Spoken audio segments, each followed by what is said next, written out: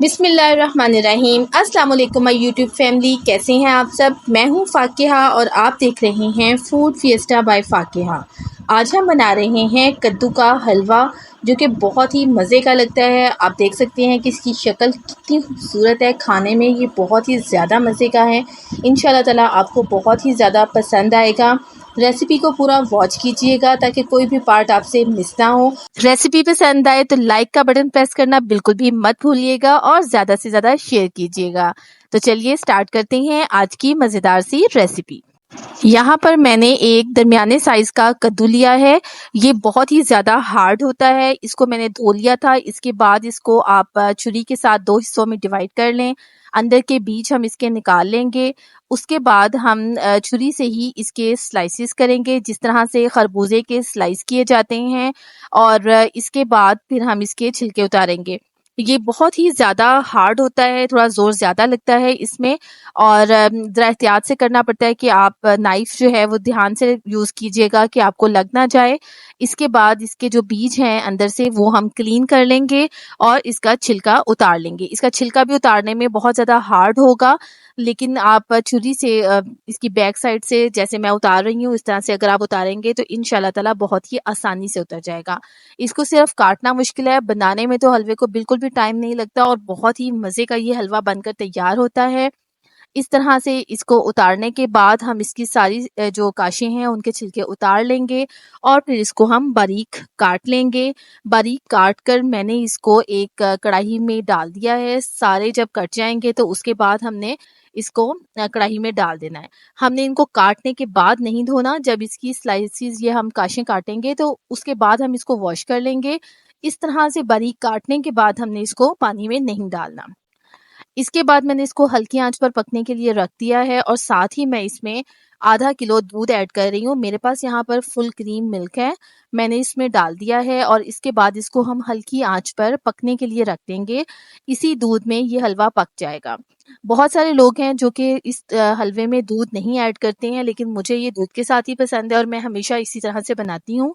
ये बहुत ही ज़्यादा मज़े का लगता है और सिर्फ थोड़े से दूध से ही इसका टेक्सचर बिल्कुल खोए वाला आ जाता है। तो अब आप ये देख सकते हैं कि यहाँ पर इसमें बबल्स आना शुरू हो गए हुए हैं। एक बार हम इसको ढक्कन हटाकर चम्मच इसमें हिला लेंगे और देखेंगे कि कहीं हमारे जो कद्दू हैं वो नीचे तो नहीं लग रहे। उसके बाद मैं दोबारा से इसको ढक दूँगी और हम इसको तब तक पकाएँगे जब तक कद्दू अच्छी तरह से गल जाए। जब ये गल जाएगा तो उसके बाद फिर हम इसका नेक्स्ट प्रोसीजर करेंगे। अभी हमने इसको थोड़ा-सा और पकाना है। तकरीबन 10 से 15 मिनट में कद्दू बहुत ही अच्छा-सा गल जाता है। अब यहाँ पर दूध भी रिड्यूस हो चुका हुआ है और हमारे कद्दू गल गए हुए हैं। अगर आप चाहें तो इस तरह से भी इसको जब हम भूनेंगे तो तब भी कद्दू मैश हो जाते हैं, लेकिन मैं यहाँ पर ये जो हाथ वाला मैशर होता है इससे मैं इसको मैश करूँगी। नीचे हमारा चूल्हा जल रहा है जो कि हल्की आँच पर है और मैं इसको प्रेस करके अच्छी तरह से सारे कद्दू मैश कर लूँगी। इस तरीके से कद्दू का हलवा बहुत ही जल्दी से बन जाता है। अगर आप इसी तरह से इसको भूनेंगे तो फिर इसमें कुछ पीसेस जो हैं वो रह जाते हैं जो कि अच्छे नहीं लगते खाने में। अब एक ही बार हम इसको अच्छी तरह से मैश कर लेंगे। इसके बाद फिर हम इसको भूनना स्टार्ट करेंगे। अब यहाँ पर आप देख सकते हैं कि हमारे कद्दू जो हैं वो तकरीबन मैश हो चुके हुए हैं। अब इसके बाद फिर हमने चूल्हे का फ्लेम हाई कर देना है और फिर ये जो दूध इसमें थोड़ा-सा रह गया है, हम इसको रिड्यूस करेंगे। अब मैशर को हम एक साइड पर रख देंगे और यहाँ पर दोबारा से चम्मच हिलाते हुए हमने इसका दूध जो है वो सारा का सारा ड्राई कर लेना है। साइड से हम जो हमारी कढ़ाई है उसको क्लीन करते जाएंगे ताकि जो भी दूध के पार्टिकल्स वगैरह इधर लगे हुए हैं वो भी हमारे हलवे में शामिल हो जाएं। और इसके बाद जैसे ही ये दूध रिड्यूस हो जाएगा, बिल्कुल ड्राई हो जाएगा, तो फिर हम इसमें ऑयल या घी डालेंगे। मैं यहाँ पर देसी घी का इस्तेमाल कर रही हूँ। अगर आपके पास देसी घी नहीं है तो फिर आप ऑयल भी इसमें यूज़ कर सकते हैं। मैंने इसमें तकरीबन आधा कप देसी घी ऐड किया है। आप इसमें आधा कप ऑयल भी इस्तेमाल कर सकते हैं। घी डालने के बाद हम इसको भूनेंगे और यहाँ पर मैं चूल्हे का फ्लेम मीडियम रखूँगी। बहुत ज़्यादा हाई फ्लेम पर भी अगर हम इसको भूनेंगे तो फिर इसका हलवे का नीचे लगने का डर होता है। तो हम अब यहाँ पर इसको भूनना स्टार्ट करेंगे। जब तक हलवा अच्छी तरह से भुन नहीं जाएगा, उस वक़्त तक आपने इसमें चीनी नहीं ऐड करनी है।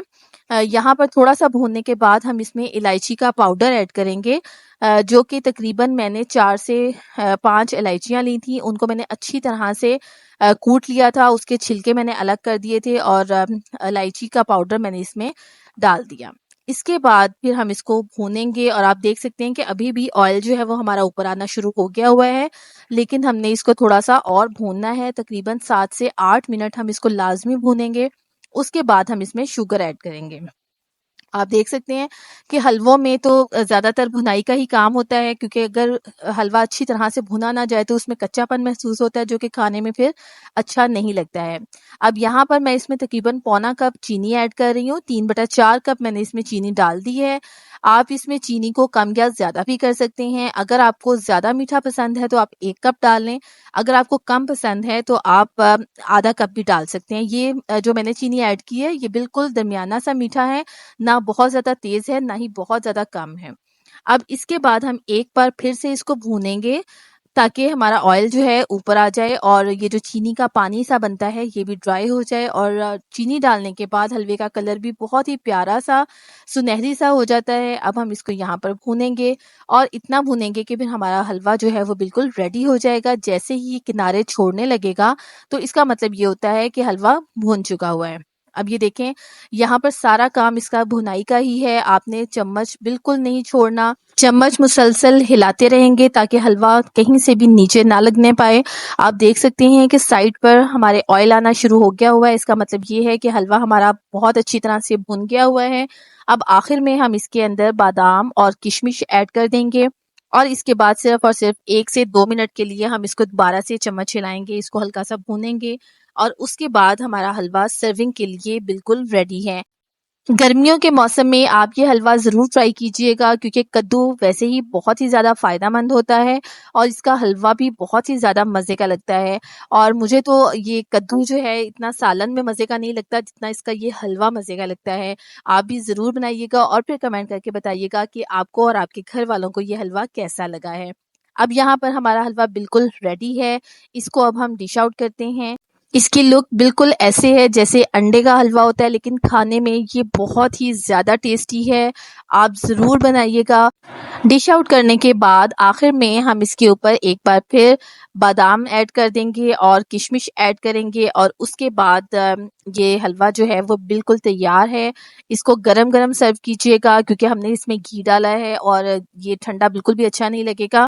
रेसिपी पसंद आए तो मेरे चैनल को ज़रूर सब्सक्राइब कीजिएगा, रेसिपी को ज़्यादा से ज़्यादा शेयर कीजिएगा, लाइक कीजिएगा और कमेंट करके बताइएगा कि आपको ये हलवा कैसा लगा है। अल्लाह ताला आप सबके दस्तरखानों में बरकत अता फरमाए और हमें आपके लिए मज़े-मज़े के खाने बनाकर लाने की तौफीक अता फरमाए। इंशाअल्लाह ताला फिर किसी और अच्छी रेसिपी के साथ आपकी खिदमत में दोबारा से हाजिर होंगी। तब तक के लिए अल्लाह हाफ़िज़।